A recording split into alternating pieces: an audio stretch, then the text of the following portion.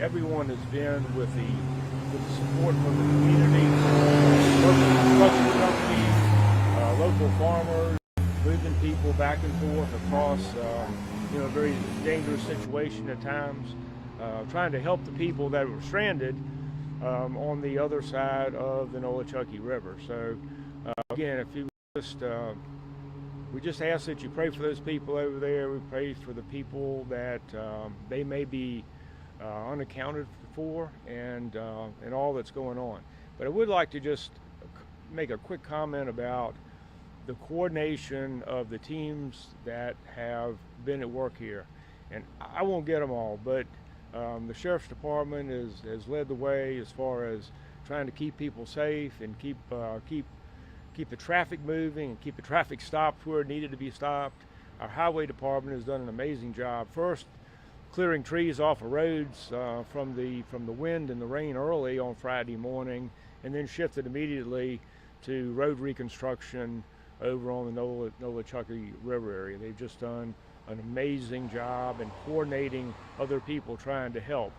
Our Education Department has stepped up big time in making shelters available at Lamar and South Central, Davy Crockett, providing transportation, support, a number of just critical missions. We have set up essentially command posts at 3 separate schools, and so they have been stellar. Our 911 people were inundated with calls, as you might well imagine, and they stepped up with additional personnel, additional consoles, were able to manage those, and got 96% of the calls answered within 15 seconds on Friday, which is unbelievable. Our EMS group, directing the Swiftwater rescue team, we'll hear from Dan in just a minute, the amazing things that they have done. Let's see, who else do we have? Anyway, we have just a lot of people that have pulled together to help the people that are in a very desperate situation, without power, without water, and getting them supplies. So we have set up shelters for the people who need shelters, and I'll just say that the work is ongoing. We're at the very beginning of what's not a sprint but a marathon to get these people restored. And the governor was up here yesterday. I spoke with him just a few moments ago. He's very concerned about our area. He's very supportive, and assures me that he will provide the necessary resources to not only take care of our immediate situation, but to begin the restoration process as we go forward. So with that in mind, I'd like to introduce my friend, Representative Rebecca Alexander, to make a remark. Thank you, Mayor Grandy. Good afternoon. Just wanted to say, overwhelmed by the outpouring of our communities around here, bringing supplies, food, clothing, water, dropping them off at Lamar and South Central. We could not have done this without you all. Can't say enough about how phenomenal the principals are at Lamar and Crockett, South Central, who have done all the work organizing all of the supplies being brought in. I will tell you, if you are thinking about donating, if you will hold off, this is going to be a long-term effort. We're going to need supplies later on. We don't want to get so much that we can't use it at this time. So please think about hanging on to your supplies until we're told bring them again.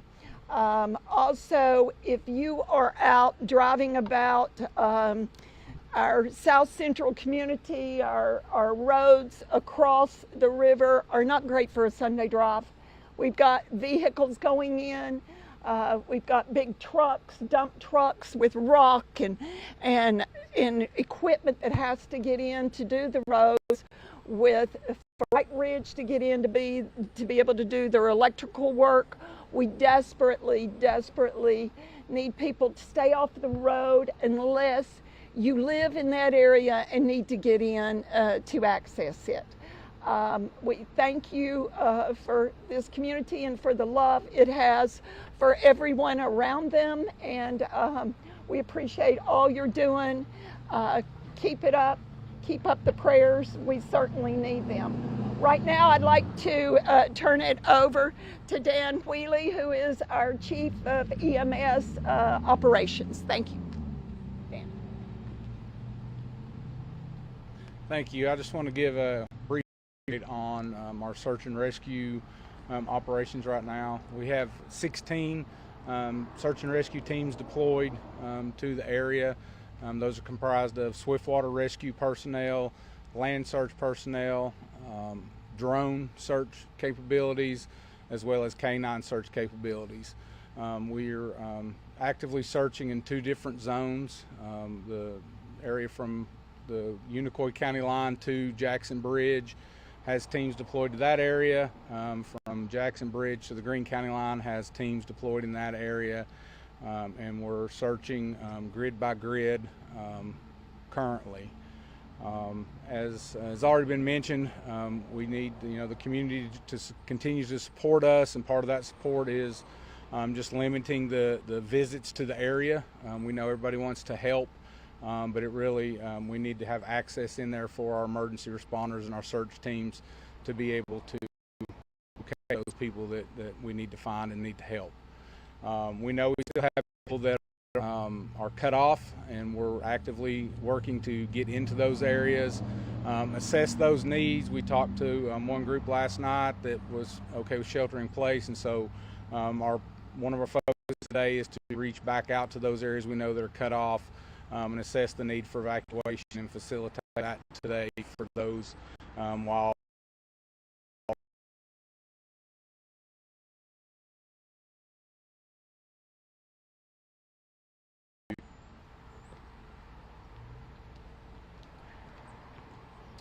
Good afternoon. I'm Evan Clyburn with the Emergency Management Agency.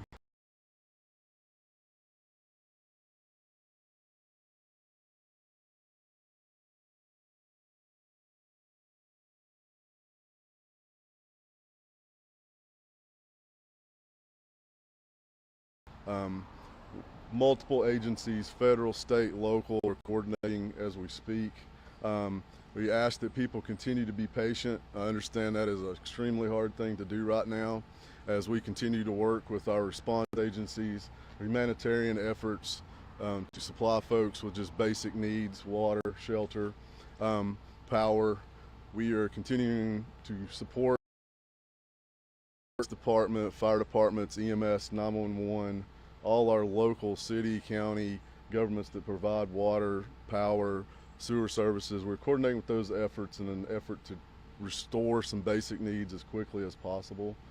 Give first response and search efforts the enhanced capabilities and the equipment they need to respond to you and get to you. Those are listening. If you're out there and you have a capability, your family, friends, loved ones are still missing or about, we're compiling lists with that, working with the TBI. Those lists are updated daily through TEMA's website with the Tennessee Emergency Management Agency. We're looking closely with them and FEMA as we move forward.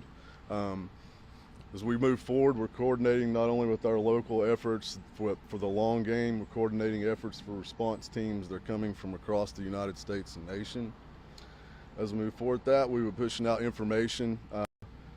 Received an overwhelming outcry, understandably, from local civic organizations, public, anybody that volunteers. Those efforts are being coordinated, and we will putting efforts out here shortly on areas where those people can come to respond as we facilitate out. We're not turning any help away. I ask that you be patient as we coordinate those efforts and allow with that. With that being said, some quick updates for Washington County on our overnight shelters. One overnight shelter right now is Lamar Elementary School. The second one is South Central Elementary School. We have one at University Baptist Church in Johnson City. The second one is David Crockett High School. Those areas are staffed, ready for overnight stay. We're coordinating with the Red Cross, multiple different agencies, church groups are supplying products. We have requests for food. As we progress through this, those will be food and water distribution sites as well. Right now, Grandview Elementary School is a water distribution site. As we move forward, areas from the water recede and we get areas closer, some of those areas may change, but right now those areas are areas where people can seek shelter.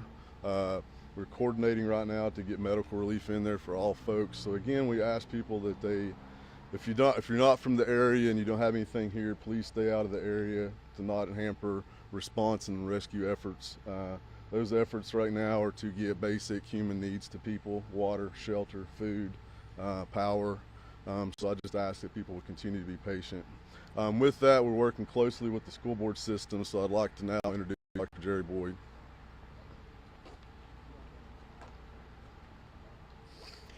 Jerry Boyd, Superintendent, Washington County Schools. Just to give a quick update, we're going to continue to play in our support role for all of the responses.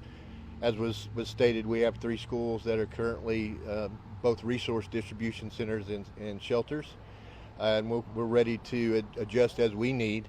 Any updates that we will have for our families and our students and our staff, we will put that out across our communication platforms by 5 p.m. today.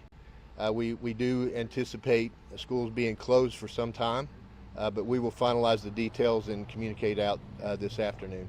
Just want to end by saying I want to continue to reiterate and elevate the thanks that we have for the responses by all of the first responders, law enforcement, and everyone that supports them, as well as all the volunteers that we've had, and just the outpouring of just a willingness to help. Our thoughts and prayers stay with the families and all the victims of this disaster, and the school system stands ready to support whatever effort that we need to be there for everyone. Thank you. Evan, do you have any numbers on how many people are missing in Washington County or unaccounted for right now? At this time, all those numbers are currently being compiled, verified. We're working closely with the TBI and FEMA. We'll post that information as it comes available later. Can you confirm if there are missing people? We have a compiled list that we've been working with of people that are missing. I'll neither confirm or deny what their status is. It's simply we've had a lot of displaced people over the area. So as we get those lists and gather that information from the shelters, response agencies and responders, that information is provided through the Sheriff's Office and TBI, and it's a coordinated effort. So as soon as we can get those numbers and that information, we'll make it available to you. Do you have any idea how many you've been sheltering overnight, or what your shelter numbers look like? Shelter numbers have been quite large. I can't give you an exact number, just due to the influx of people. There's been times when we've seen large numbers of folks. Some of those folks we've housed simply waiting for them because they have family members or people outside the area. As we reunify those numbers increase and decrease. But we have housed large numbers of folks over the past 3-4 days. Talk about the bridges that have been washed out. What areas do you have that are passable right now to get to some of the more impacted areas? Right now, I will advise you that most of the bridges in the county are inaccessible. The one bridge that we have right now is a single lane bridge, footbridge. It's controlled by the Sheriff's Office. I'm not going to put that out to the general public right now. People in the community and response know what that bridge is. The reason I won't give you the name on that right now is simply we just do not need an influx of people from outside the area just coming in to look and see. It's a devastating event, and I get that, but right now we are working through a coordinated effort to restore infrastructure and basic human needs. Any idea? I know it's still very early, but rough estimates of how many homes we've lost at this point? At this time, I can't advise that. It's data that is being collected as we speak. Yesterday, as the weather broke and we saw water start to recede some, we were able to get in search and rescue teams. At this time, we have search and rescue teams that are just now getting to areas, and some areas haven't been reached yet. With the break in the weather today and the recession of the water, those teams are essentially getting to those areas, and with different specialized apparatus to get pictures and information on that. We're gathering that information. So again, as soon as we get those numbers, we will share those with you. We've heard some folks in the Columbus Cove area and maybe beyond that are completely isolated out. Are you able to get to those folks? So we've had several areas in the county that were initially isolated due to the storm and weather. Some of those areas have been reached and impacted, and again, we are currently under operations to reach those folks and provide those folks with humanitarian and rescue efforts as we speak. Columbus Cove, Embry Hill, Little Germany, those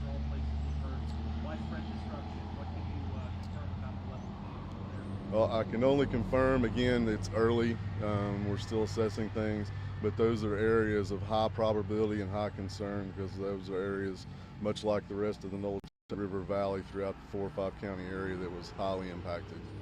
Likelihood of fatalities in your county? At this time, it's too early to say. What can you say about the community response? It sounds like to the point where it's almost overwhelming at this point.